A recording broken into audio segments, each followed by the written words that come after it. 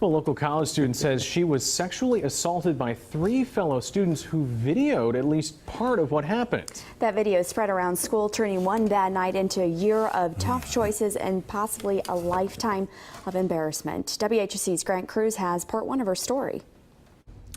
The dark side of spring break. Students drinking, blacking out, risking not only their reputations but their safety. Sarah Butters says men she considered friends went too far, but Sarah says the school didn't go far enough to discipline them. It's a story you'll see only on WHSV.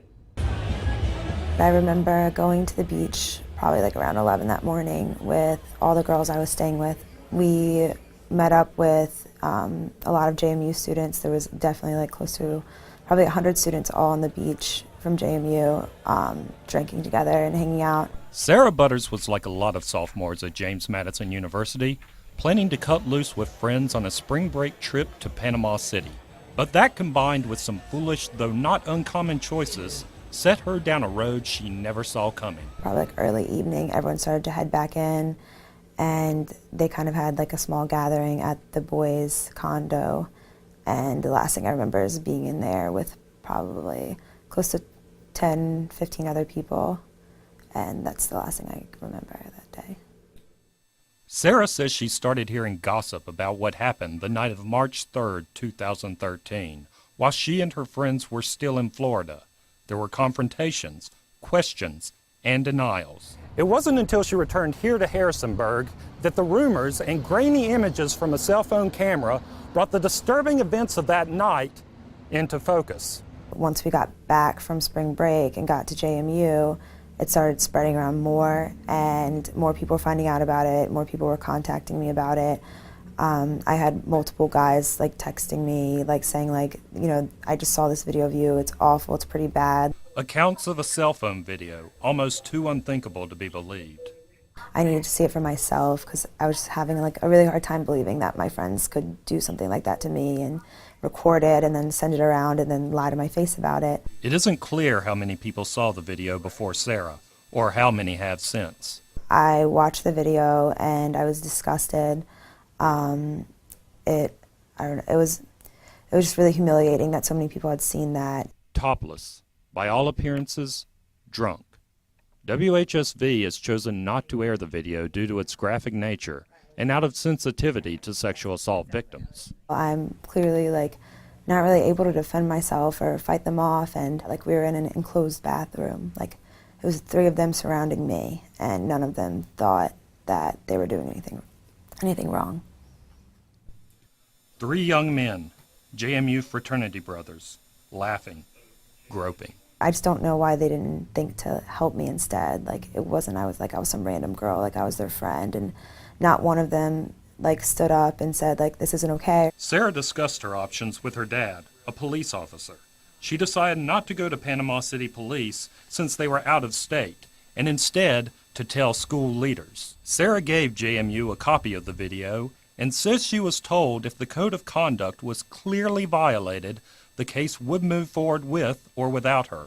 She returned to school, but says the case didn't start moving forward until late fall of last year. It just seemed like they're trying to say that the video wasn't that bad at first because they didn't want to acknowledge it, and you know they just wanted to try to avoid the situation altogether. There were hearings and appeals, and in April, Sarah says she received the last word from JMU, an email from Judicial Affairs titled, "Final Decision in Your Case." It reads, all 3 students, Mike Lunny, Jay Dirtsball, and Nick Scallion, responsible for sexual assault and harassment, expelled upon graduation. They may not be on JMU's campus for any reason after graduation. They may not walk at graduation. I wasn't okay with that. Like I told them that I was not okay with that kind of punishment. We called and emailed the young men Sarah says are in the video for an interview. They never responded. Tomorrow night, in part 2 of our story, what action Sigma Chi fraternity took and what Sarah says is next for her. In the Web Center, Grant Cruz, WHSV. Part 2 of our story tonight on the fallout of a drunken night of partying. Last night, we'd introduced you to a former JMU co-ed, Sarah Butters, who says she was sexually assaulted by 3 fraternity brothers on a 2013 spring break trip to Florida. Tonight, WHSC's Grant Cruz tells us how the university responded and why Sarah says it wasn't enough. You're looking at video from the webpage of Sigma Chi's JMU chapter. The fraternity wouldn't reveal many specifics, but did say members were kicked out a year ago after a co-ed said she was sexually assaulted. Sarah Butters says JMU's ruling in the case came a year later. This email, dated April 3, 2014, shows the final word from James Madison University. It shows 3 of her fellow students responsible for sexual assault and harassment: Mike Lunny, Jay Dirtsball, and Nick Scallion, expelled, but not until after graduation, and only allowed at school for classes. It's a story you'll see only on WHSV. I don't think they had my best interest in mind when they gave them the punishment of expulsion after graduation. We asked for an interview with James Madison University President Jonathan Alger and Judicial Affairs Director Josh Bacon. They declined, and the school sent this statement instead. Quote, James Madison University takes the safety and well-being of our students very seriously. Consistent with federal law, the university has thorough processes in place under which complaints are investigated and reviewed, and which include students, faculty, and staff. Also consistent with federal law, the university is forbidden to discuss any resolved or active judicial affairs cases. End quote.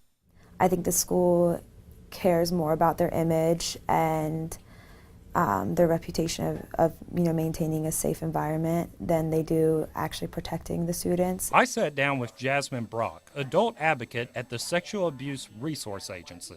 A lot of people drink. There are a lot of people who get drunk. It's a reality of life, but most people do not commit sexual assault. So, that is an excuse that we accept here. It's not an excuse that we think society should accept. Sarah says 2 of the men in the video graduated last month, but one is set to return in the fall if he chooses. I called the men more than once and emailed them, but never received a response. Sarah says she won't be coming back to JMU to finish college. This is my family's worst nightmare. They aren't here to protect me, and they're really upset that something happened and stuff, and it really took a toll on us and has been hard on all of us. What about dangers facing other college co-eds? Hopefully nothing happens, but I don't want to give people that false sense of security, because you don't have to worry so much about the perpetrators who you know and that people know did something. It's most of them we don't know. And if you're asking why JMU has any responsibility for something that its students did hundreds of miles away, according to the student handbook, quote, James Madison University reserves the right to hold students accountable for off-campus behavior that falls within the jurisdiction of the university. Examples of such off-campus behavior would include, but not be limited to, crimes of violence and/or sexual assault as determined by the Office of Judicial Affairs.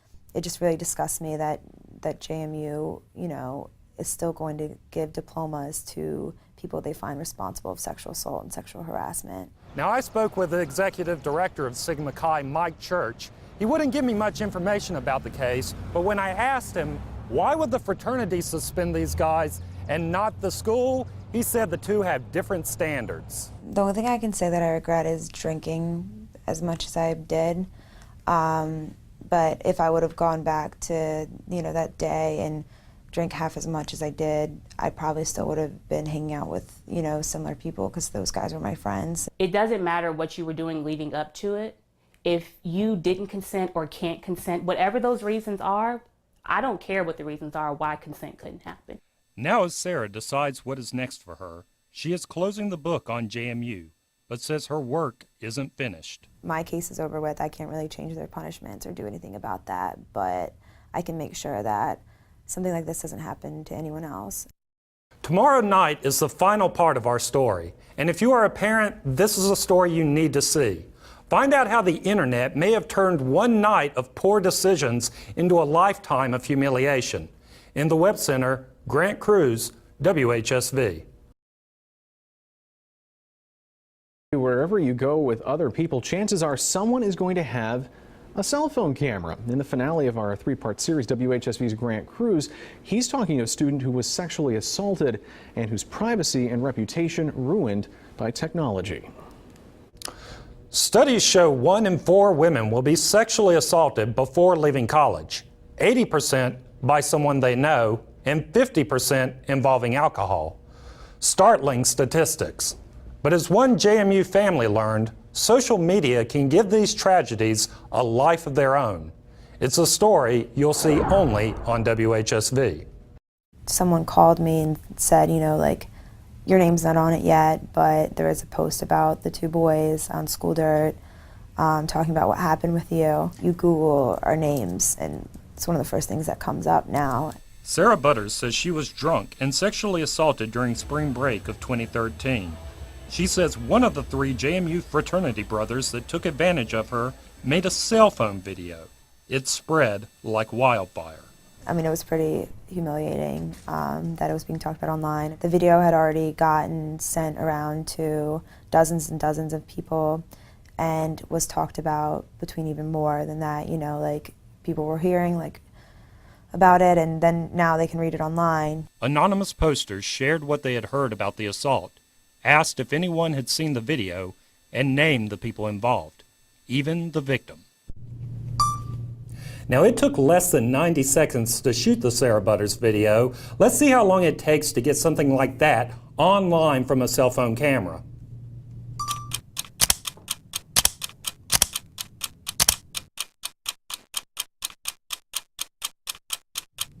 And there it is, online forever in less than a minute. It was just like it was made like public, and it was just out of my control. And then it was on online, and there wasn't anything I could do about it. JMU declined to speak with us about School Dirt after the Sarah Butters case. But last year, JMU spokesman Bill Wyatt discussed School Dirt and gossip websites with me. When asked if students would be warned or alerted to the existence of the website, we don't feel the need at this point to provide another forum for these websites to proliferate and for the vile things that are being spread on these websites. You know, there's not a lot for the university to do right now because everything is anonymous. not everyone at JMU agrees. Universities don't want to be police departments. But that's the last thing in the world they want to do. But in fact, we are. We have a judicial code which we enforce. I spoke earlier this year with JMU political science professor Bob Roberts before the Sarah Butters case came to light. He says that James Madison and other state colleges could push lawmakers for power to subpoena Internet Protocol, or IP addresses. This would reveal where the posts are coming from. At least come up with some way to deal with it. In other words, some solution to it. Because if it is as bad as it may appear to be, it can have devastating consequences to students. For now, rumors about what happened between Sarah and those young men remain online, at the fingertips of future employers, boyfriends or girlfriends, anyone on the web. Even like my friends, like it's affected all of them as well. I've like lost friends. I've, like my relationship with my family isn't gonna be the same. Recent court rulings against Google and websites like thedirty.com show a growing shift among judges in favor of individual privacy rights. Virginia Delegate Mark Keim is backing a new cyberbullying bill he hopes will address defamation issues presented by websites like School Dirt. The White House is targeting college sexual assault, which it calls an epidemic. President Obama has established a task force to prevent sexual assaults at colleges. 2 JMU students have been asked to serve on that panel. In the Web Center, Grant Cruz, WHSV. Now, since the first story of our series aired on Tuesday, there's been a huge response from the community. Today, we received some new statements from James Madison University, as well as the Rape, Abuse, and Incest National Network to see what they're saying about the story and watch all 3 parts. Again, you can go to WHSV.com.